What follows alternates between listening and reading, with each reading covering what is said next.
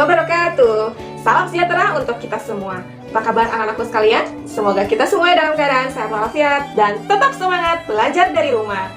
Ayo, hari ini kita akan belajar ekonomi kelas 10, yaitu materi manajemen. Ayo kita lihat apa saja yang akan kita pelajari hari ini. Sebelumnya kita mulai berdoa terlebih dahulu. Berdoa dimulai. Berdoa selesai. Ayo anak-anak, kita lihat untuk pertemuan kita kali ini. Kompetensi dasarnya yaitu KD 3.7 mendeskripsikan konsep manajemen. Lalu KD yang keduanya 4.7 mengimplementasikan fungsi manajemen dalam kegiatan sekolah. Materinya yaitu ada beberapa. Sebelum kita masuk ke materi, kita lihat tujuan pembelajaran kita, yaitu 1. Menjelaskan pengertian manajemen dengan benar. 2. Menjelaskan unsur-unsur manajemen dengan tepat.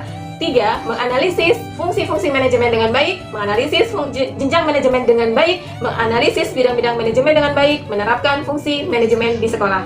Materinya yaitu pengertian manajemen, unsur-unsur manajemen, fungsi manajemen, jenjang manajemen, bidang-bidang manajemen, dan yang terakhir, penerapan manajemen dalam sekolah. Yuk kita lihat apa saja yang akan kita pelajari. Yang pertama yaitu pengertian manajemen.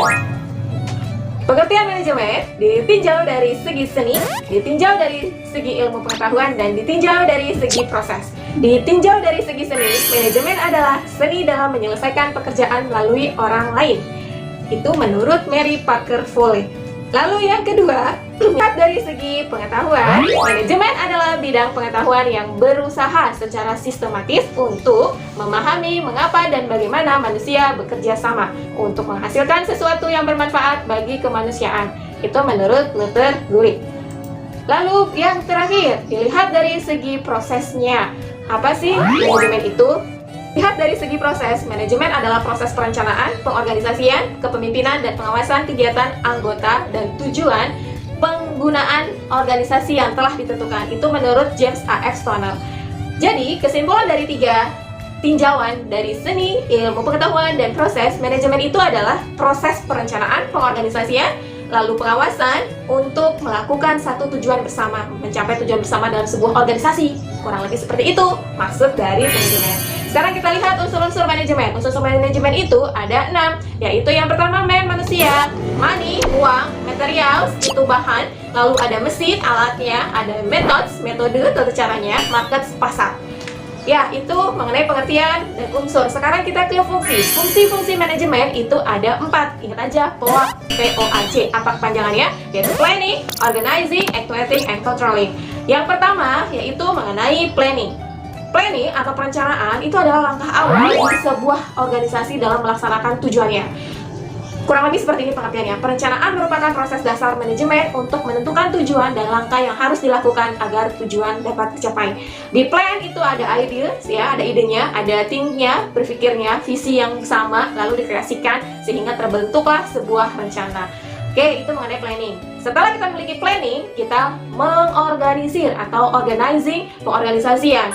Apa itu maksudnya pengorganisasian? Pengorganisasian itu diartikan sebagai keseluruhan proses pengelompokan orang-orang, alat-alat, tugas, tanggung jawab, dan wewenang sedemikian rupa sehingga tercipta suatu kesatuan yang dapat digerakkan dalam rangka mencapai tujuan. Pengorganisasian itu ada pembagian kerja, ada wewenang, ada rantai komando, lalu ada delegasi, ada rentang kendali. Jadi intinya bagi tugas, ya. Lalu berikutnya, setelah kita punya rencana, kita bagi tugas, kita laksanakan yang namanya actuating, pelaksanaan. Pelaksanaan itu atau tindakan itu, fungsi manajemen menggerakkan orang-orang agar bekerja sesuai dengan tujuan yang telah ditetapkan. Jadi kita mendorong orang, menggerakkan orang-orang untuk melakukan apa yang sudah direncanakan. Tentunya di dalam sebuah pelaksanaan itu ada yang namanya controlling, fungsi yang terakhir yaitu pengawasan. Apa yang diawasi? Tentunya para pekerja. Pengawasan merupakan tindakan meneliti apakah segala sesuatunya telah tercapai atau berjalan sesuai dengan rencana yang telah ditetapkan. Ini biasanya dilakukan oleh pimpinan, ya. Lalu kita lihat slide berikutnya mengenai jenjang-jenjang manajemen. Jenjang manajemen kita ibaratkan sebuah segitiga piramida, di mana yang paling bawah yaitu manajemen bawah, yang tengah manajemen tengah menengah, lalu yang paling atas adalah manajemen atas. Yang paling bawah manajemen bawah itu kenapa banyak? Karena memang perlu orang-orang di lapangan untuk mengontrol ya. Yang paling sedikit tentunya paling atas, manajemen atas, orangnya sedikit. Lalu bidang-bidang manajemen, ada manajemen produksi, ada manajemen pemasaran, ada manajemen keuangan, ada manajemen personalia, dan ada manajemen administrasi. Apa saja sih maksud dari semuanya itu? Yuk cek it out. Manajemen produksi yaitu manajer yang melakukan kegiatan terencana dan terkendali dalam rangka mengubah input menjadi output dan melakukan evaluasi terhadap output melalui umpan balik. Jadi dia yang menghasilkan barang. Nah, yang kedua, manajemen pemasaran. Diartikan sebagai kegiatan pengaturan secara optimal dari fungsi pemasaran. Ngapain aja dia? Menyampaikan barang dari produsen ke konsumen, lalu memuaskan melalui riset pasar, melakukan promosi, lalu distribusi, dan memuaskan pelanggan. Ya, itu manajemen pemasaran. Yang berikutnya, yang ketiga, yaitu manajemen keuangan. Manajemen keuangan ini berkaitan dengan duit, uang. Apa itu manajemen keuangan? Manajemen keuangan itu adalah manajemen yang berhubungan dengan langkah untuk mendapatkan dana yang dibutuhkan dan bagaimana mengeluarkannya atau menggunakannya. Manajemen personalia, perencanaan, pengorganisasian, pengarahan, dan pengendalian atas pengadaan tenaga kerja, pengembangan, kompensasi, PHK, pelatihan kerja, pengembangan sumber daya alam. Semuanya dilakukan oleh manajemen personalia. Nah, itu yang terakhir, manajemen administrasi, yaitu memberi perhatian pada pemberian layanan di bidang administrasi, penggunaan alat yang efektif, dan kemudahan pada bidang lainnya.